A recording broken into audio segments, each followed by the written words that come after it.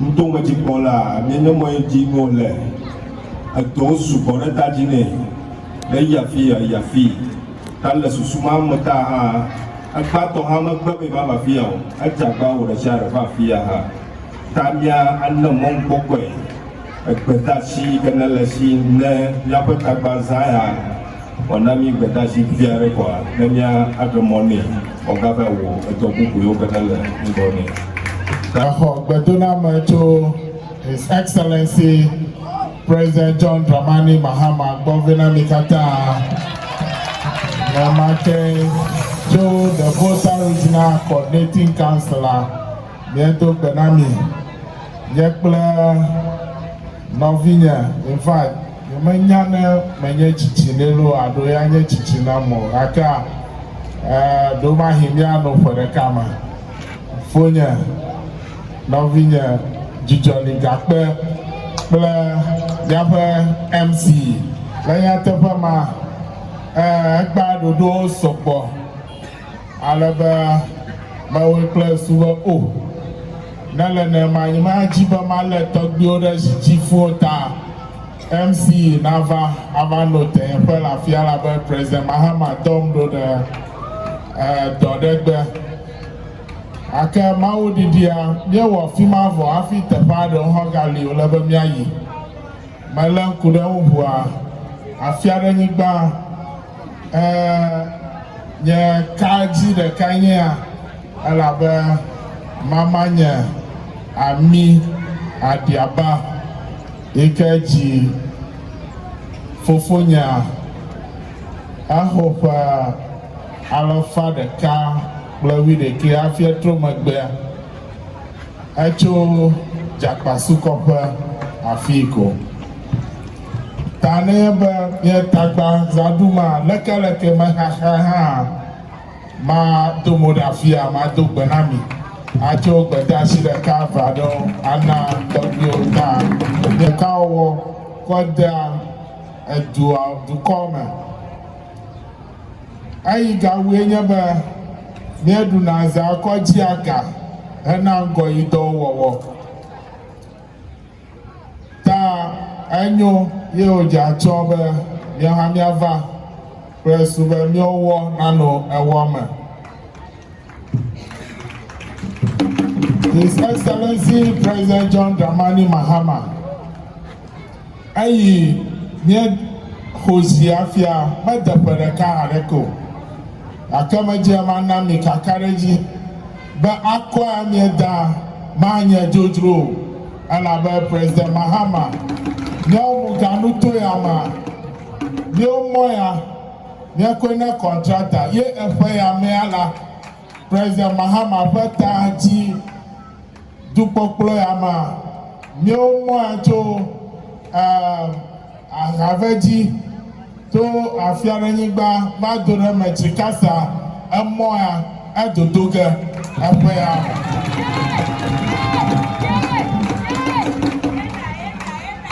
abale maje gomena priority roads yo ado moyo ka elevaviena jirudu ya odomoto de kanya ye mi amayo ka ano ado po radio as a radio, I don't put TV.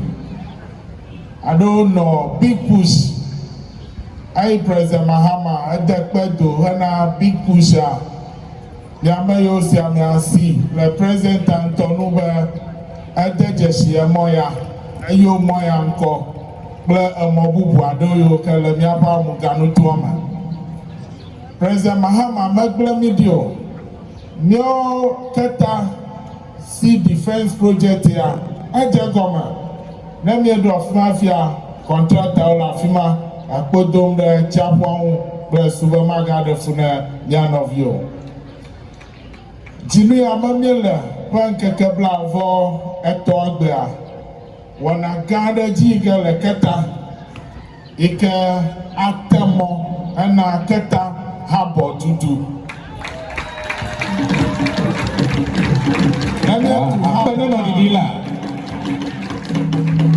Awo gaba sohio wakpodo awo. Nyo mi magbona signboard dageranyi. Kobamia to Harbor, Komia appointed director. Major to Harbor, near Harbor, Melio, Pavan of Imajem. Ma Biato, Tokyo, Plant to Ajasiba, Yano, Bedona, the President Mahama Talaba, President Mahama Mianto Edri, Afia, Onya Development Chief, Unko Ifia. Afiadenyigba, Anlo, Afiadenyigba. Tamia to Beradeta. Ne taroji mi o kata mieko bemia wo. Ena mia muganu to kle Ghana ponko yiyia. Mia to wawe. Waje fiato, aje gato. Afiadenyigba si. Mieko ba si atrode. Asi ametroa. Egba President Mahama ko Miabe District Assembly's Common Fana Echa Doko Assembly on ko receipt conveno ba Oza Gado open comma ka receipt enye Kakegba Mietre and President Mahama very setting agenda 80% of the district assembly's common fund in assembly directly, but not call Goitowi. Ye Weber, Nepo, me bomb Yelena Shiama. Ye Miapa MP, Hawalo Dum, Uncoido, Alebebe. Tamika Tamiawe, Miawo the car, Mia Anlo, Mia Muganutua, a Vertuco, Nakbongo Yi. Tagba mama afima nonya megata mienya ba fifia President Mahama ayo the ministry Saudi Ado Ministry of Local Government, Chieftaincy and Religious Affairs and Ministry akoko the kai the susoreta yenye ba bubu plenty kokwe kana no mia ba fia oji echa bubu plenty kokema na gatra agbo na mia togbi okle mia mama evelia nya ba mia politicians or no political heads or mia wodo kle mia fiao asima aba na bia we na makwa ke ngoyi ava adu ta mia le klalo pe mia wodo kle mia togbi Mia mama ta flaje na mia motam ye te pare o gloma no yomi na mi kata mia dero na mia de duko pongo yi apena mi ya pejan apetasi azanse obale yapa regional minister blena miawo kala vota amechanto makatanye MP so but that share ukona ma akobinya ba onam 7,000 Ghana cedis ba mi akọ dare Tagba azan aspena na di mi apa chief whip honorable Roxin Nelson tapa mako echi enam 3,000 ba makonde Tagba azan ya aspena na di berengo mi apa regional minister ya enami 5,000 Ghana hey bishia peletala Tagba azan Baremo miao aba adumavionya sika American member of parliament to kata machato to Anlo Afiadenyigba azabu nya life toy ni be gata shinya manya clinic amai beblo clinic atemi ombro enya bakla yapa mama fia ye dom la shima yapa maternity ward apema me ga glegere 200,000 Ghana cedis hey Goro Bojo Vontala Magba Bona Zozom Hajan Agama Bade Aniba Sesem Gato Suswaretai Edona Foji Minya Akato Fevi Adowi Godo Maba Akato Fevi Adowi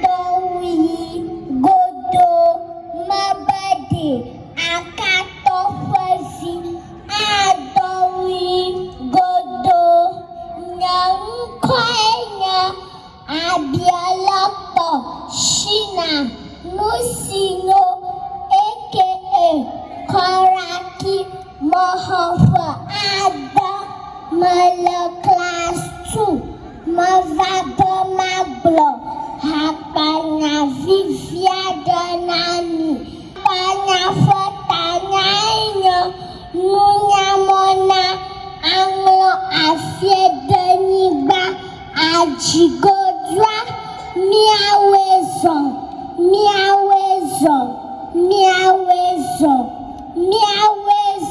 va Tagba Zarufa Chopifa Blalagba Fasia Aya Nana Miejilawo Twaho Nami Chomia Fa Jochofala Mesopotamia Ajatoma Vai Egypt Lafia Ago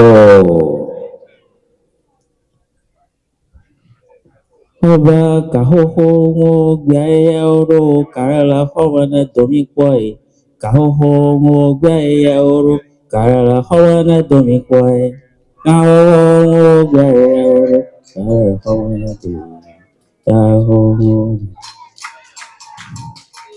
na miango fe bato ba mia ajre miaro kwina dugbaja kple hama kata ofla to miaƒe lekewo ŋuwo me, miaƒe dekɔnuwo, degbenɔnɔwo me. Ewɔla nenema egba edze abe enye Chief Marketing Officer ne. Kɔ madzro ma bie mɔ tso tɔgbe zimenɔla tɔgbe zewu enelia gbɔ. Xɔrena alebe ma fia ɖe ƒugodo gbame vie afia trɔgbɔ eye me fiafia ɖe ƒugodo gbama mesia me nanɔ ɖoɖoe zizi me megatrɔ ga gbɔ ava do mia tegbe yike nye mawu megbe vegbe tɔgbe akpe be remona. It gives me great joy and honor to warmly welcome you all to this year's Tagba Festival of the Good People of Anlo Afiadenyigba. We gather here under the inspiring theme, celebrating the year of rediscovering and oneness. A reminder that our roots, unity, and shared destiny remain the bedrock of our progress as a people. The Tagba Festival is not just a celebration of our rich cultural heritage, but also a platform to reflect on the values that define us: unity, hard work, and resilience. It is an opportunity to showcase and promote our traditional and economic activities, including fishing, salt mining, kente weaving, and coconut farming, among others.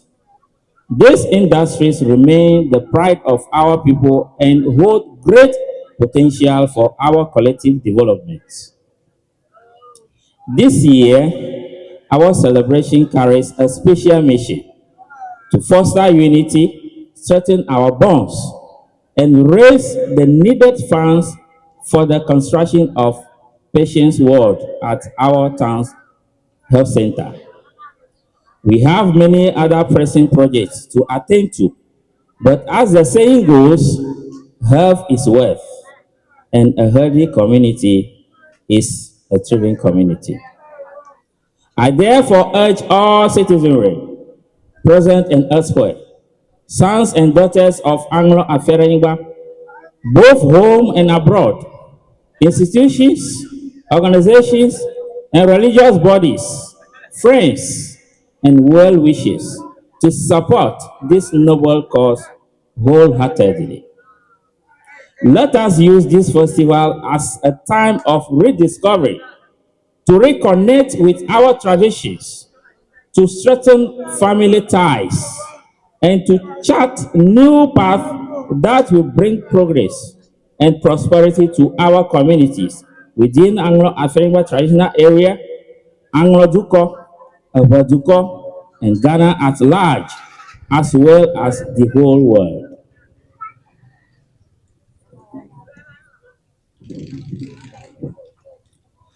I want to use this opportunity to express the profound gratitude to Honorable MC Wisdom Sada and MP Jijoli Gakwe, to His Excellency President John Dramani Mahama, whom we also call Tagba Dunenyo, the Development Chief of Anlo Afiadenyigba traditional area in Ghana at large, for showing a sign of being a listening father to us all.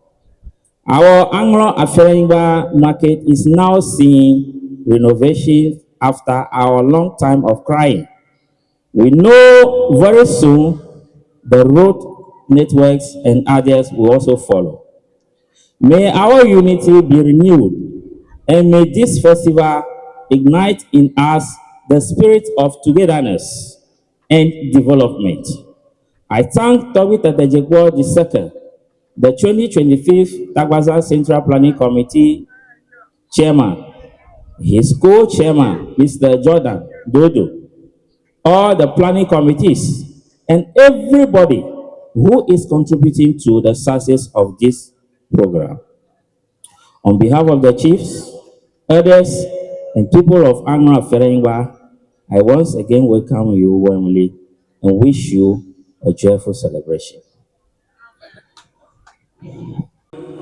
Anlo Afiadenyigba, Afiadenyigba anyigba mawonu nama orunao. Motore nyagwa maji a flag arabo, but as you are flying back a flag alo. Let me flag never flag out any papa. Afiadenyigba flag out any Abimara shemo kwa manyo flag arabo to Yesu Kristo kwa kwelama. Amen. Eba biaba flag ano chi. Rofia baga awo mana ekoto vie go maga tropple ba oyo nyaba azamu ga dubo ye pate o ba yo ga aroko mania alo arumula ready le o ba yo tefire ma awo ba machaka kaka mi ko mala bia anya mi ka wo kunam Afiaba amon yala ka tanto atu vivira onto ba azan ala kakami gochi miako vie ma ablona ni afi akona buwa vie nyawa ba anemi ruka mare ni chore kamaji mia awika ba akaka ayo nya gawe o dare baladi ko na tiji bukaka gawo plafan ko ajaba nushanga jaba anyang ka wongkuba to biao shike wawo jebonya amomomleo ava koka azaidia o bonya amabanto ba popoyere desadia fia afi oyo makbo wenye baito tanya mati ba maka chere charity kekare kao kakam tope ya makola pia ba anya mi kenya kona mbigo ayike Afiadenyigba riba ajeba yoga ro yoba azeni yaro yoga bubo hive ataroji ave tututu makola amma agbanto nya kawo alaba aleke mi dura fiara reja ha makoba kawo ma aleko ma ha ho Tagba Tagba kawo mana yiji atawe ba duya na buko ati abala to